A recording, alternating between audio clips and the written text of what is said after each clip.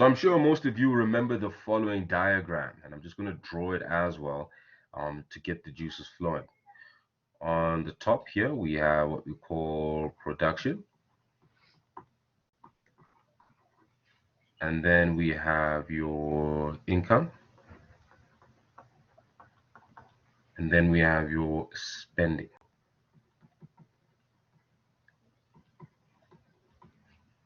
Right? And somebody in the chat, just let me know. Let me know. You're welcome, Linda. Let me know. What is this specific diagram called?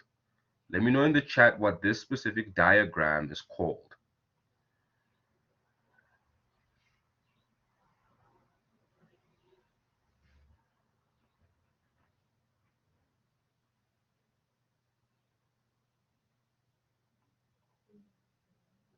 Absolutely. The flows of the economy.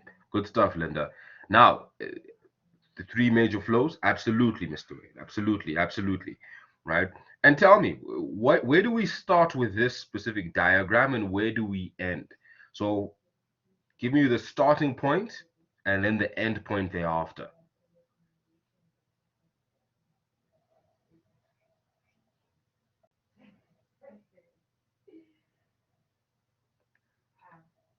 Give me where we start with this specific flow and where we end.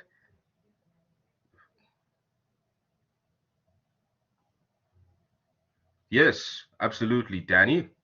In this case, the starting point that we have is your production. So firms have to obviously produce something specific, right? Goods and services. And then as a result, nice, Linda, we then get income for our production. And in the end, we have spending. We have to spend that income. And as a result, we'll obviously then begin to produce a whole lot more. Now, what's important to understand about this, guys, is that these three ideas come with algebraic symbols. And the algebraic symbol for production is, let me first find out in the group whether people know. What's the algebraic symbol for production? The algebraic symbol for production and income, because they're the same.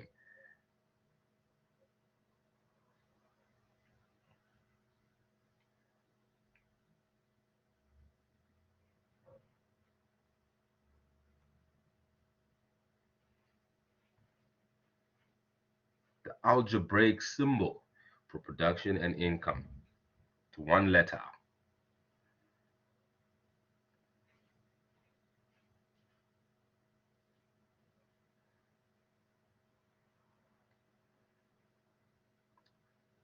Absolutely, Kyla. Why? When it comes down to production, and there's another why when it comes down to income as well. So these two are obviously interchangeable. And then for spending, I'll give that to you, is A. We actually call that aggregate spending. Now, most of you will remember how I used to harp about a specific statement, in this case being GDP is equals to C plus I plus G plus X minus Z. Now just run through that because I haven't seen you guys in a while as to what exactly that means. When it comes to GDP, we're looking at consumer spending being C. We're looking at investment spending being I. We're looking at government spending being G, and we're looking at net exports being the difference of X and Z. Now allow me to explain. X in this case is exports and Z in this case is imports. Now remember, when we talked about GDP, we also looked at it from the point of production, income, and spending as well. So from here, we can automatically jump to the fact that your aggregate spending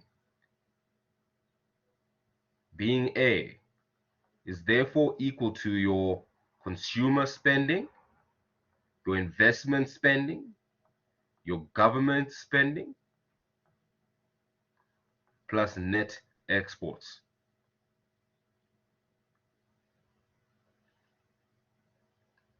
And here's a very interesting thing, right? If at the end of the day, your ideally,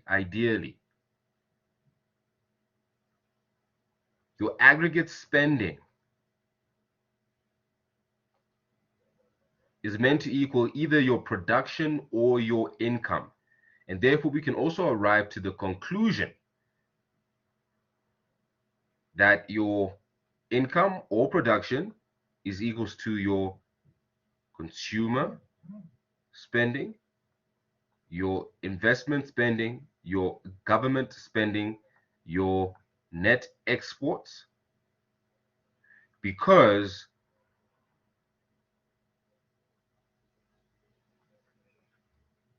Y is meant to equal A, or A is meant to equal Y. And remember, Y in this case is income or production, and A in this case is aggregate spending. Are there any questions with what's on the board right now? Now's a very good time to ask if you have any questions in what concern with what's on the board. If, however, you are good to go, just give me a thumbs up and I'll obviously take it from there. But if you have a question, now's a very good time to ask.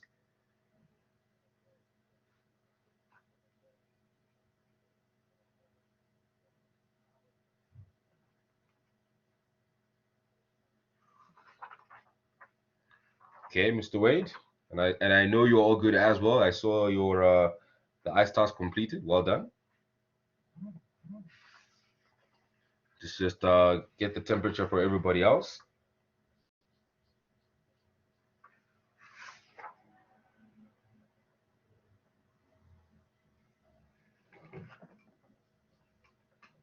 Awesome, Dominique.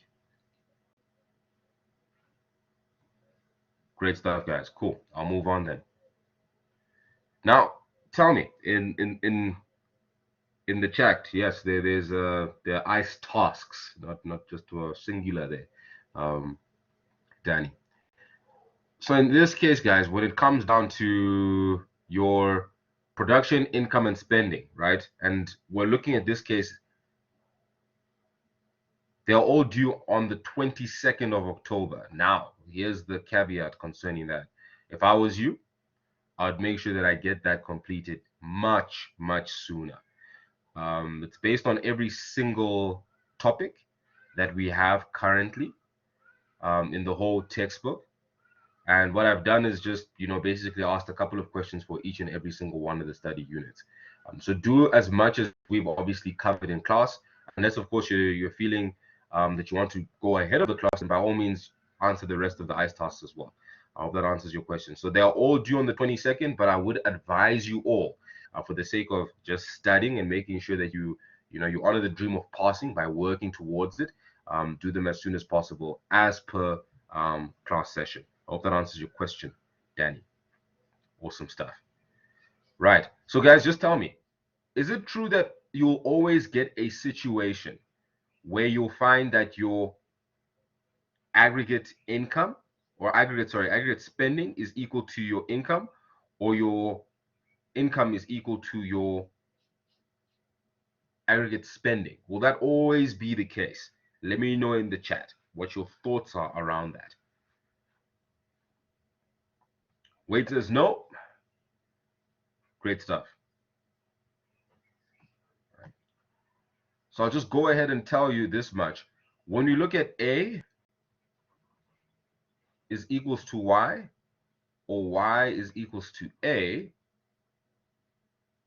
what essentially we're saying here is that this is where there's a equilibrium.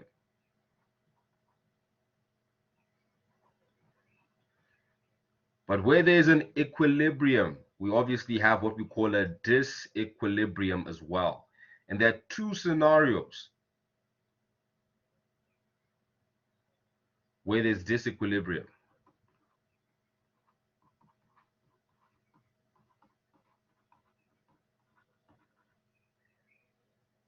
The first scenario is where aggregate spending is greater than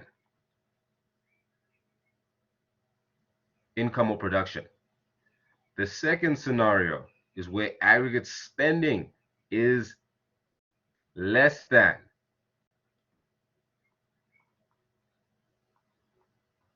income or production.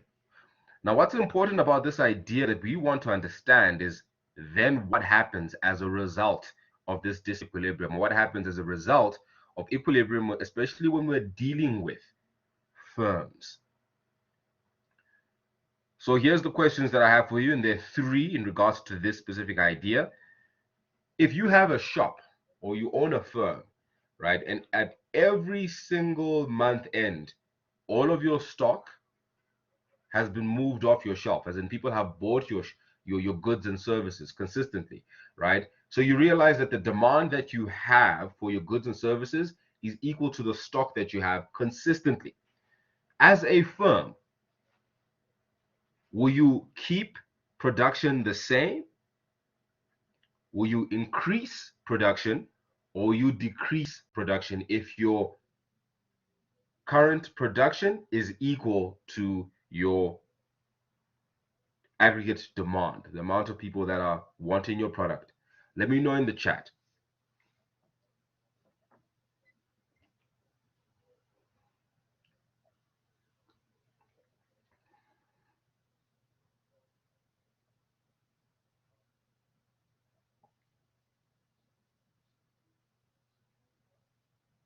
As a result of being in equilibrium, do firms produce more, or do they produce exactly the same?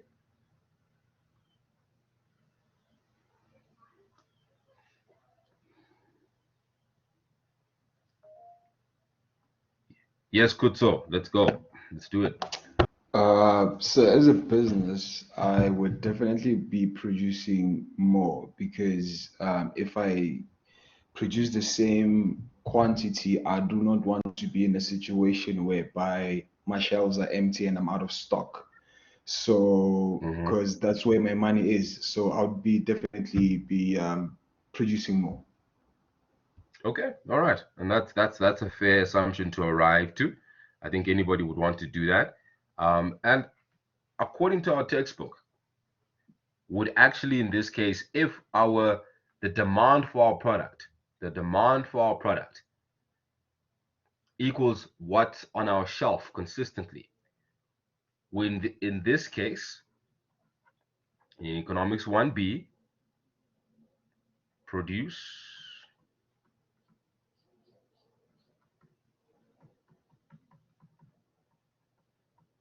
the same output, because there's no incentive to necessarily produce more or less, right? But now Kutso has a very good idea here, and we need to just expound on that a bit more. So now when you look at disequilibrium, where aggregate demand or aggregate spending in this case, all right, people want your product, and each time it flies off your shelf, people are still coming to your shop and saying, when are you getting this product, right? As a result, we'll obviously in this case follow Mr. Mutseyang's advice and also Kuto's advice, and as a firm, we would then produce more, right? Until we reach equilibrium.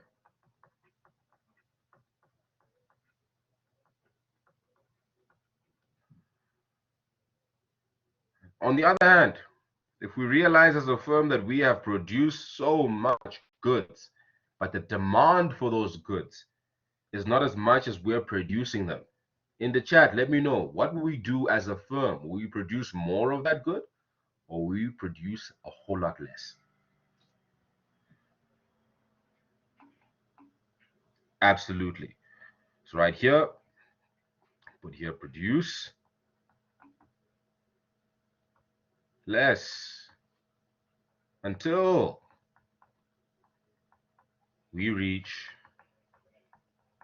equilibrium.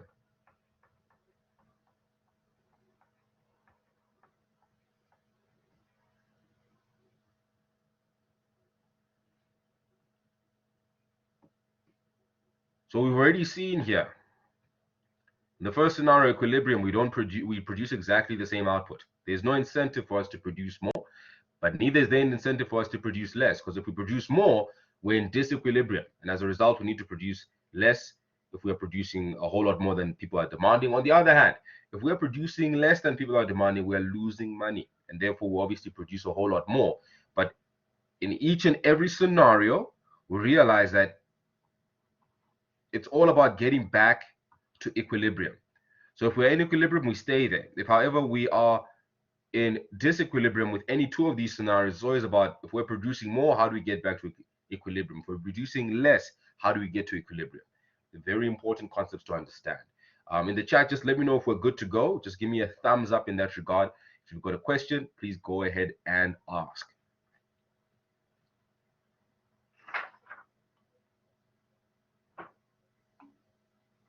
Good stuff, Kyla. Okay, moving right ahead then. So you'll find that there were two gentlemen that sat down and decided, there are two different ways of looking at, aggregate demand and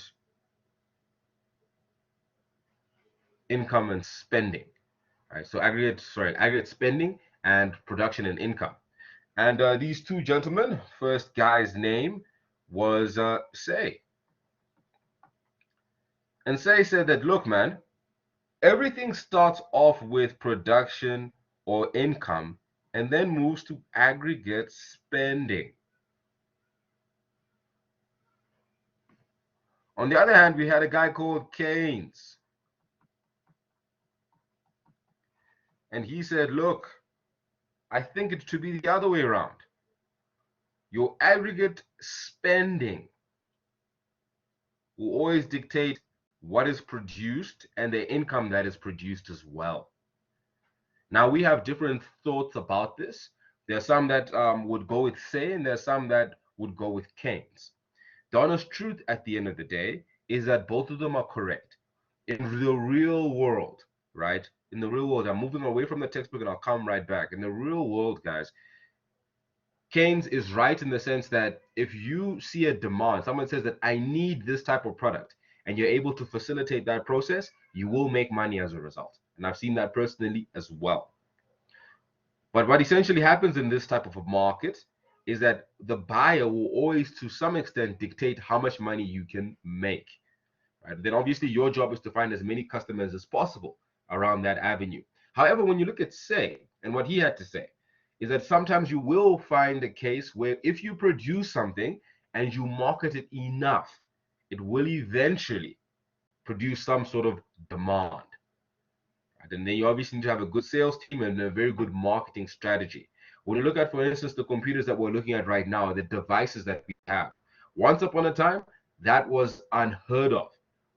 And as a result, for the people that carved those specific industries, we were then able to, these people were obviously able to get economic profits of extraordinary amounts as a result. So depending on where you are in your entrepreneurial journey, when it comes to like firms and so forth, you have to look at both of these in their right context. But in this case, guys, what we focus on is the following idea around Mr. Keynes. That at the end of the day, aggregate spending will always bring about either income or production. Depending on what happens with your spending, it will dictate what obviously then happens with your income or production. Let's get into some highlighting before we get on to 17.2. In your textbooks, I'd want you to highlight the following. And the reason why we're highlighting is because we realize that at the end of the day, we have online tests. And we obviously want to make sure that we're able to recount the information as fast and as soon as possible. So on page 356, I want you to highlight the following.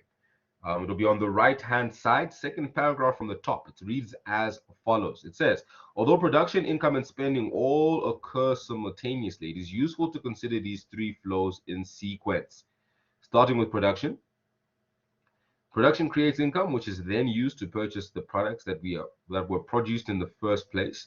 By definition, income is always equal to production, but there's no guarantee that all income will be spent. Spending may equal, yes, page 256, spending may equal to or greater than or less than income. When all income is spent, total production will be sold, and we will expect this process to continue at the level of production. In other words, if spending is just sufficient to purchase the total product, there'll be no incentive for producers to expand production. In this case, production is at its equilibrium level. It says the equilibrium occurs when none of the participants have an incentive to change their behavior. Things will therefore remain the same as long as the underlying forces do not change. And I would put there in pencil, ceteris paribus.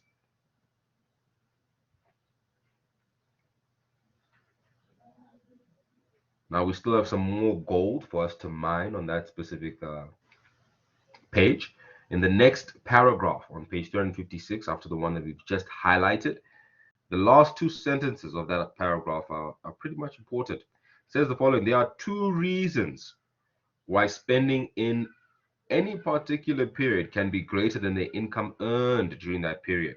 Households and firms can use savings from previous period to finance their spending, or they can purchase goods and services on credit. Very important to understand. Let's continue reading and highlighting. Total spending may also be less than total income. In this case, the total demand for goods and services will be less than the total production. Producers find they cannot sell all their goods and services. In other words, their stocks or inventories increased. Therefore, we have an incentive to cut back on the production. When is total spending in the economy less than total income? This happens when part of the income is saved, and those savings do not find their way back into the circular flow of production, income, and spending. Like taxes and imports, saving is a leakage or withdrawal from the circular flow. We therefore have three possibilities, and there you'll find in bold on page 357 now. Where have I lost you, Mr. Luciano? Let me know where I've lost you.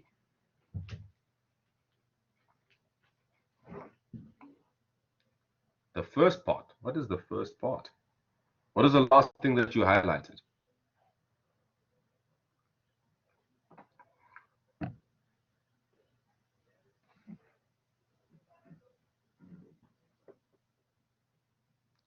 Maybe you might want to put on your mic. That might be the fastest way to get there. But you can't type out the last thing that you highlighted.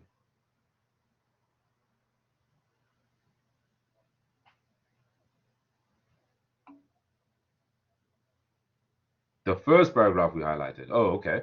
So the first paragraph we highlighted was on page 256 on the right-hand side. I'm sure you'll see the words in bold. Equilibrium occurs when none of the participants have any incentive to change. That full paragraph where that bold statement is was the first thing that we highlighted. Let me know that you got it.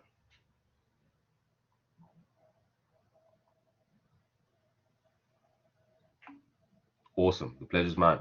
On page 357, you'll find 3 bullet points. Now, remember in economics, guys, we repeat information. And I promise you, by the time we are done with this lesson, you'll have understood this thoroughly because of the repetition that it involves.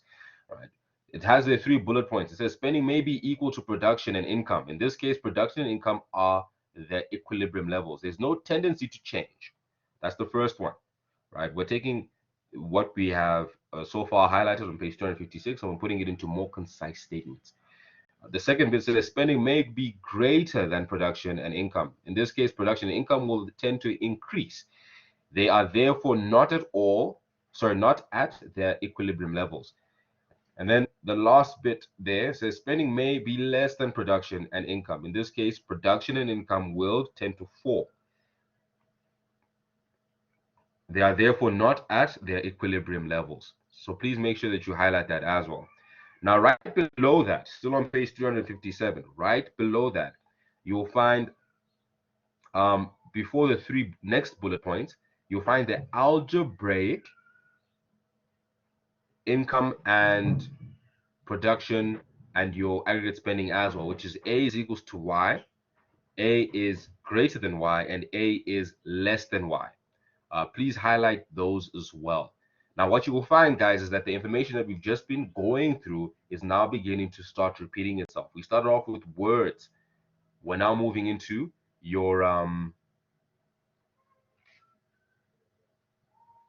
algebraic formulas, so your equations. And sooner or later, guys, we'll move into numbers as well to obviously look into that as well. All right, now we're on page 358. So let's turn there quickly. Page 358.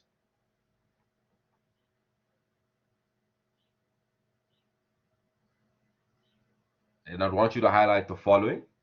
Obviously, Say's law and Keynes, please highlight that. Just Say's laws and Keynes that, Say believed in income and production will obviously lead to aggregate spending, whereas Keynes said, no, man, aggregate spending actually leads to income and production. And once you've highlighted that, the second sentence in the paragraph that follows those two theories, the second sentence, rather, let's start with the first. I've highlighted the second, but let's start with the first. It says, the macroeconomic model developed in this chapter and the next is based on Keynes' idea that the level of economic activity is determined by aggregate spending or demand. That is why it is called a Keynesian model. In this model, the equilibrium condition is still the aggregate demand must equal total income. The major differences with Say's law are that the direction of causality is from A to Y, and that the equilibrium can occur at any level of income, not necessarily at full employment, level YF. Take careful note of that algebraic look. If the economy is operating at a level of income below the full employment level, there will be no automatic tendency towards full employment. Measures have to be taken to stimulate aggregate spending. On the other hand, if the economy is operating at a level of income beyond the full employment, skip the brackets, measures may be taken to reduce aggregate spending. In our Keynesian model, there is therefore often a need for government intervention in the economy to stimulate or dampen aggregate spending.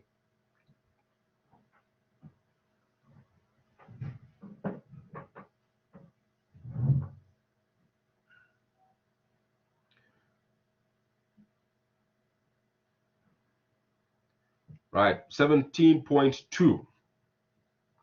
17.2.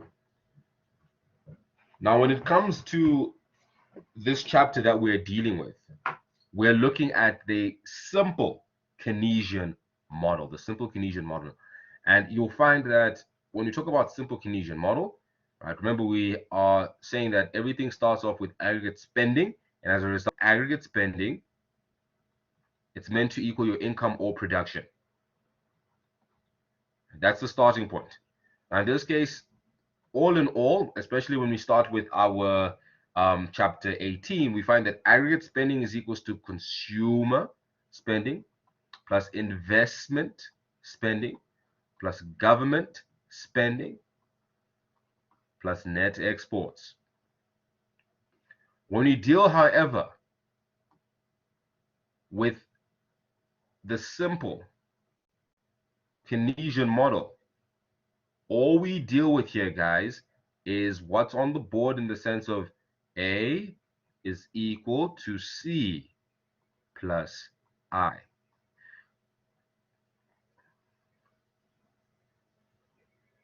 Where C in this case is consumer spending,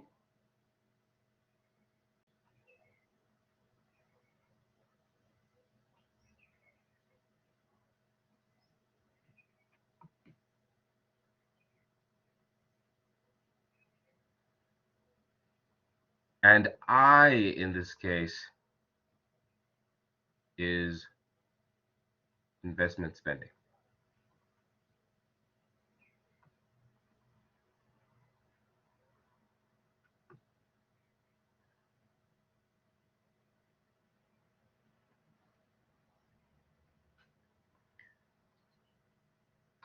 Now, just a bit of highlighting there on that page 358. on the right-hand side, of page 358, you will see in bold consumption spending and investment spending. Now, I'll read it out loud for the sake of, once again, repetition creates a deeper impression, and we want that impression so that we can remember easier. So it says here, in the economy, on page 358, second paragraph from the top on the right. In an economy which consists of households and firms only, there are two types of spending on goods and services. The first is spending by a household on consumer goods and services. In chapter 3, we call this consumption spending, or simply consumption, and denoted with the symbol C. The equivalent term in the national accounts is final consumption expenditure by households. Guys, the only difference when it comes down to your consumption spending or your consumption expenditure is simply that consumption spending is considered a microeconomic term, and consumption expenditure is considered a macroeconomic term. But we can use these interchangeably, and I will be doing so throughout the course as well. The next sentence then reads, the other type of spending by firms on capital goods, or the other type of spending, the other type is spending by firms on capital goods. In chapter 3, we call this investment spending, microeconomic term, and denoted with the symbol I.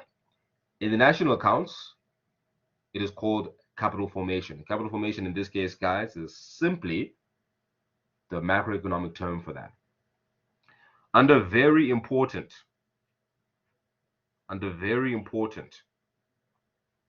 the second paragraph says, this is a very important point. Our macroeconomic variables and models do not describe something that has happened.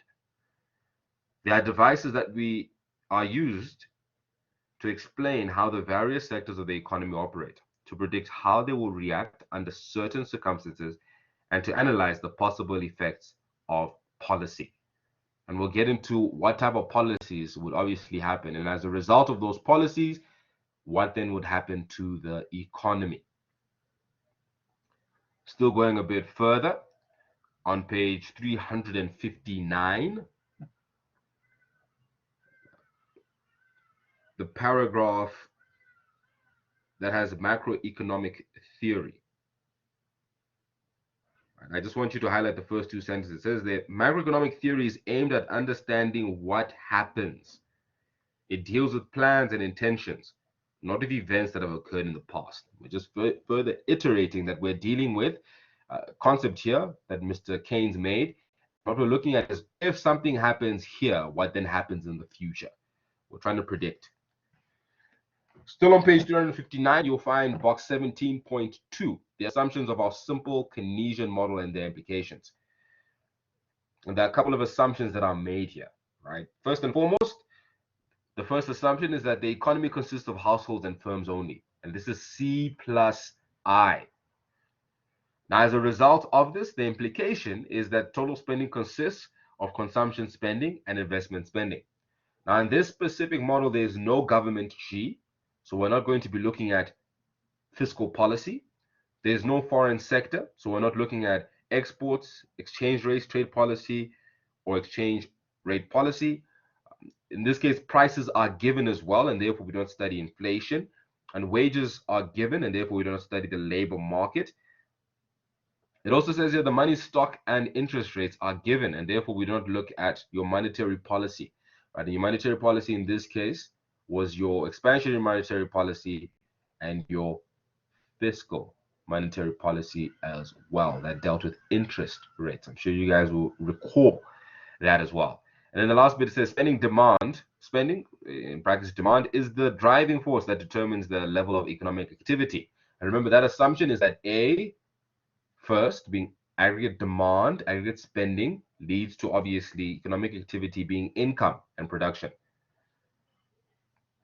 Right. And the implication there says production, supply adjust passively to changes in spending. Now, why I've read this out to you guys is because in chapter 19, we break some of those assumptions and we change into what we call the ASAD model, the ADAS model, where we start looking at things differently. And in chapter 18, we also break a couple of those as well, we look into government, we look into the foreign sector being added, and then as a result, we also look into your fiscal policies and how that obviously affects this as well.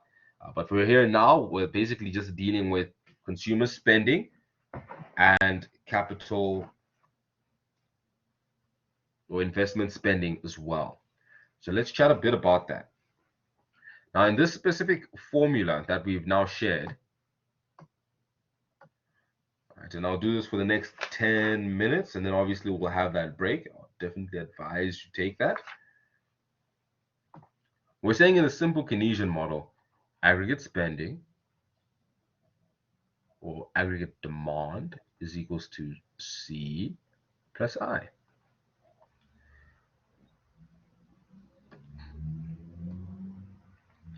Now, when it comes down to your consumption spending, it's broken up into a couple of things, right? It's called a consumption function, where your C is equals to what we call your autonomous spending.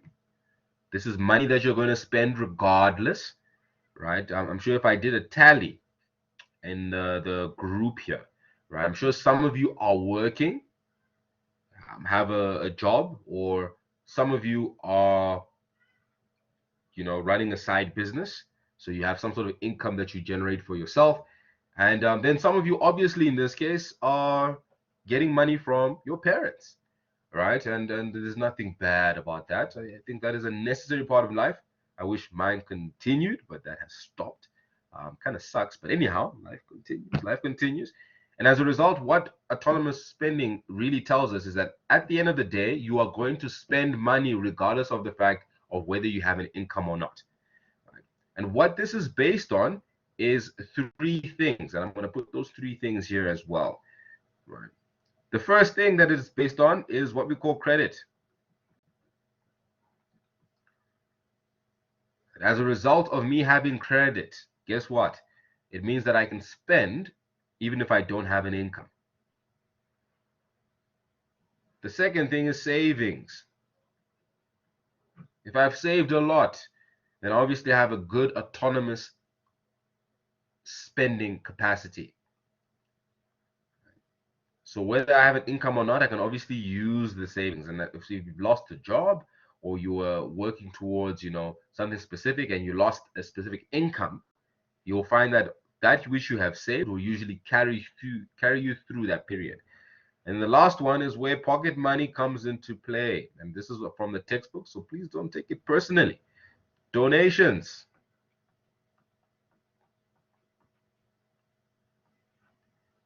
Donations. And these obviously will happen. And as a result, we spend money, regardless of the fact of whether we've earned it or not. So the first part of our formula talks about autonomous consumption. Autonomous consumption, once again, is us having and spending money that we have not necessarily earned via income. So regardless of whether I have an income or not, I am going to spend, or I have the capacity to spend. That's the first bit. And I'm repeating it for a couple of reasons, because remember, from equations, we'll obviously move into graphs, how we depict this on a graph. Moving right along, however, the next bit that we have, guys, is your what we call marginal propensity to consume, which is usually depicted by a small c. Now, your marginal propensity to consume is a decimal or a fraction that is basically greater than 0 but less than 1. And your marginal propensity to consume is basically what you on a regular basis would normally spend as a percentage when it comes to your money. Now, if I had to go in this class and give you all 10,000 each, it's not going to happen. But let's just imagine everybody would spend it very differently. We all have different marginal propensities to consume. There might be one person that only spends 50% of that 10,000, and they'll have a marginal propensity of 0.5. There might be another person that says, man, 10,000, I'm going all out tonight and I'm going to blow everything or as much as I can, right? And that person might have a marginal propensity to consume of 0.9%. Different people have different types of marginal propensities to consume. But what we need to know is that somebody will not spend all of their money. They will spend parts of it. And whatever part they leave behind is usually something that goes into savings. And there's also what we call a savings function, which you'll get into just now as well. But that's your marginal propensity to consume, lies between 0 and 1. So we are going to spend regardless. But what's important about your marginal propensity to consume is the following, is that it is attached to how much you earn. Now, if you're a reader, you might have come across a book titled The Richest Man of Babylon. I'd highly recommend that book if you're looking to perhaps do some wise thing with the money that you obviously are earning, or the money that you'll earn in the future. Right? So basically what happens, guys, is that usually if somebody earns 10,000 Rand or 100,000 Rand, their marginal propensity to consume more or less remains exactly the same, which is why you'll find that most of the time when somebody gets a raise, they end up spending more. Now, it might look like they're spending more, but it's not really them spending more. They're just simply keeping their marginal propensity to consume. So if their marginal propensity to consume is 0.8 and they earn 10,000 Rand, they are spending 8,000 Rand. But if, however, the income increases to 30,000 Rand, then this person then spends 24,000 Rand. So someone might say, but this person is just spending more. No, they're spending according to their marginal propensity to consume. So if one really wants to control their spending, you need to look at what's my marginal propensity to consume. And you can find this out, guys, by looking at your bank statements. That will definitely give you a good indicator of what your marginal propensity to consume would be. Just to check the temperature in the room. How are we feeling? Give me a thumbs up if you're still good to go. And give me if you have any questions, now it's time to ask. It's 2 minutes before the break, so I won't talk any further. But just give me a thumbs up or okay, all right. All right, I'm liking that. So okay, Dominique, we see you, Sanjay, we see you, Charles as well. Everyone else, let me know what the temperature is like. Awesome, Kelsey. Good to hear. Awesome, Linda. Awesome, Luciano. Great stuff. Guys, then that being said, let's take in this case, a 12-minute break. We'll be back at exactly 9 o'clock. And we'll then move into how we put this into a graph and what are the functions that we're really looking towards achieving when we look at your consumption function. I'll see you guys in a bit. See you at exactly 9 o'clock.